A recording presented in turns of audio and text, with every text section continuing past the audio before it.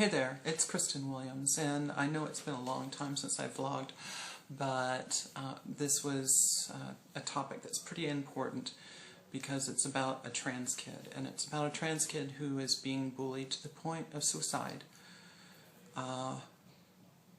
And regular news is not picking up on it.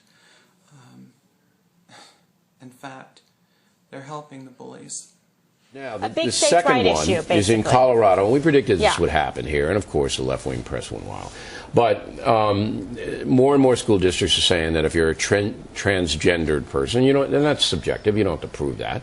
You can go and use any bathroom you want, any locker room you want. Right. So what's happening, Guilfoyle, in Colorado? So this is a challenging situation, and there's also a parallel from California we talked about previously on this program. In Colorado, you have some female students that have been made to feel very uncomfortable, and these are from the reports that we have received that are very detailed from the Pacific Justice Institute, which is a conservative legal defense organization representing some of these girls and their parents. That there's the transgender boy that is allowed to go in and use the women's room, and some days he uses the men's room. When they encountered him in the women's room, there was an allegation, the statement was made that was inappropriate regarding their physical assets. So he was commenting on their physical appearance. I actually spoke with the president of the Pacific Justice Institute today, and he told me comments on the public. Exactly. He told me the allegations are commenting on appearance. So what are they suing the school to stop it? They haven't sued yet. What this institute did is they said they sent a letter 3 days ago to the school saying if you do not respond within 5 days, we will file in federal court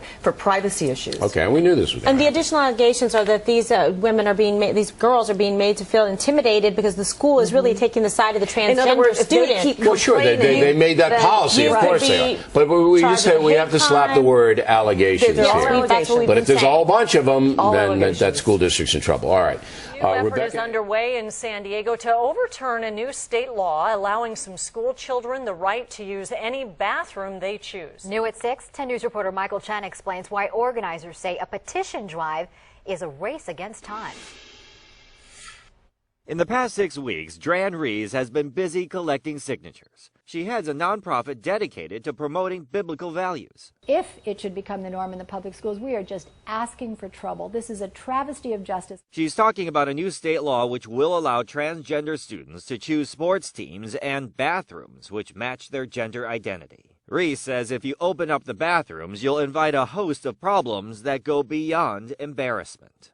We're setting ourselves up for these children to be abused in the bathrooms for pedophilia, for potential rape, and for their privacy to not have privacy. Among those who pushed for that law is Keenan Gottlieb, now a college freshman. Born a female, Gottlieb began transitioning to life as a male several years ago. He says a simple thing like choosing the right bathroom prevents discomfort and mental anguish. It helps with self-esteem, it helps with dignity, it helps. You're not having to worry about not being able to be your true self. You're able to focus on your studies. Gottlieb says claims that accommodating transgender students will lead to rampant abuse is fear-mongering. There are other school districts, such as LA Unified School District, that have policies that have been very successful. In response, Rees points out a recent case in which an LA area high school student complained to her school that a transgender boy harassed her and peeked at girls over the stalls. So there you have it. 2, you've got Fox and ABC News carrying on publicizing these falsehoods.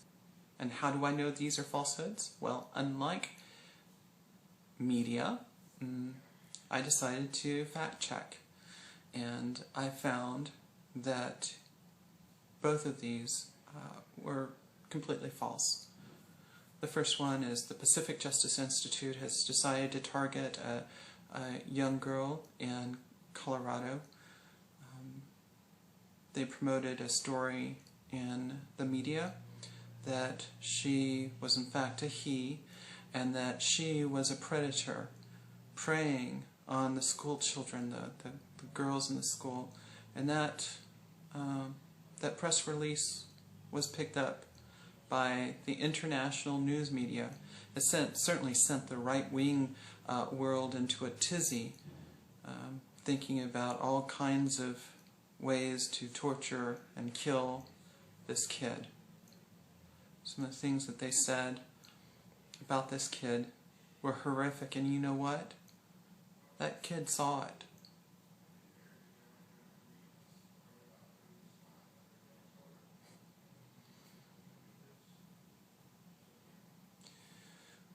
Pacific Justice Institute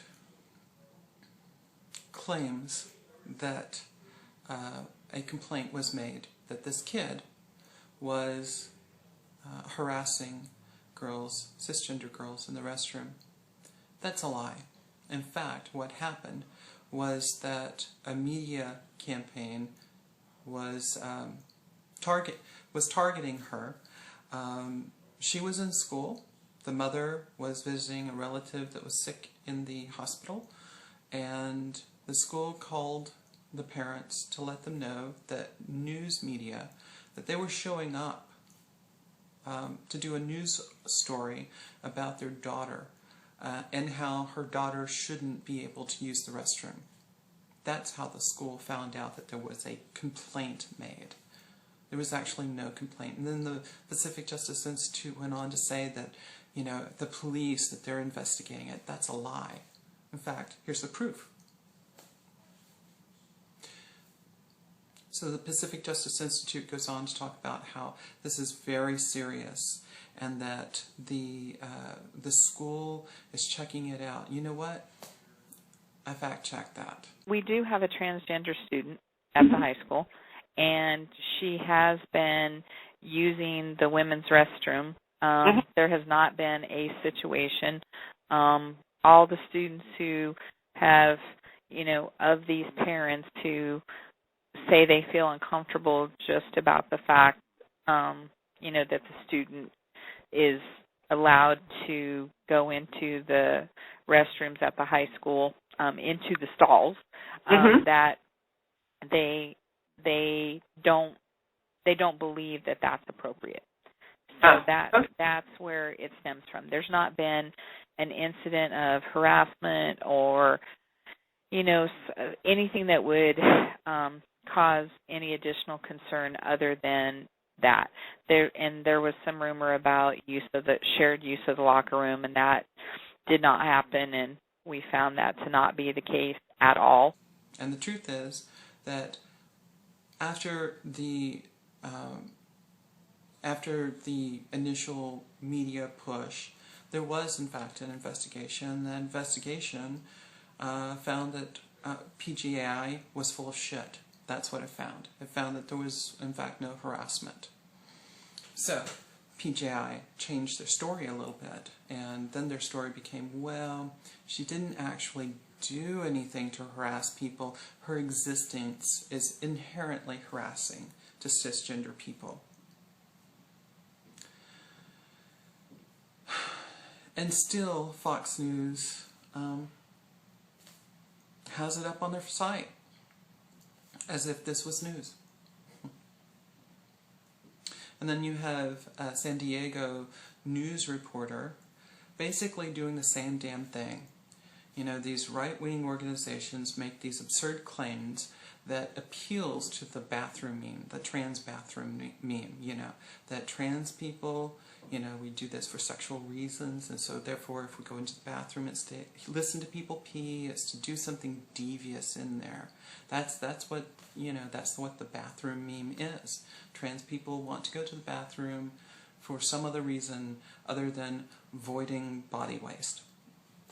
ABC News is told by this right-wing organization that there's a transgender kid who is creeping into the girls' restroom and scurrying up the stall walls and then peeping at the girls.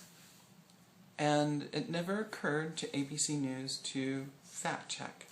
In fact, in any of these stories, it never occurs to any of these cisgender reporters to ever fact-check the claims, these assertions made by these groups.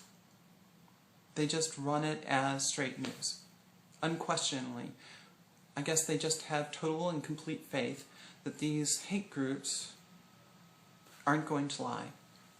Well, since they weren't going to do it, I fact-checked them. And of course what I found was that that's another damn lie. They did get the complaint, and it turned out that it was fabricated by one of the parents who opposes to transgender students in schools. So, I mean, it was an unfortunate situation to have to put the students through, but it was fabricated. Let's take a moment to discern the spirits. Here we have some people involved, right? There's a boy, there's some girls, there's parents, there's teachers, administrators, and there's lawyers involved, and some rules.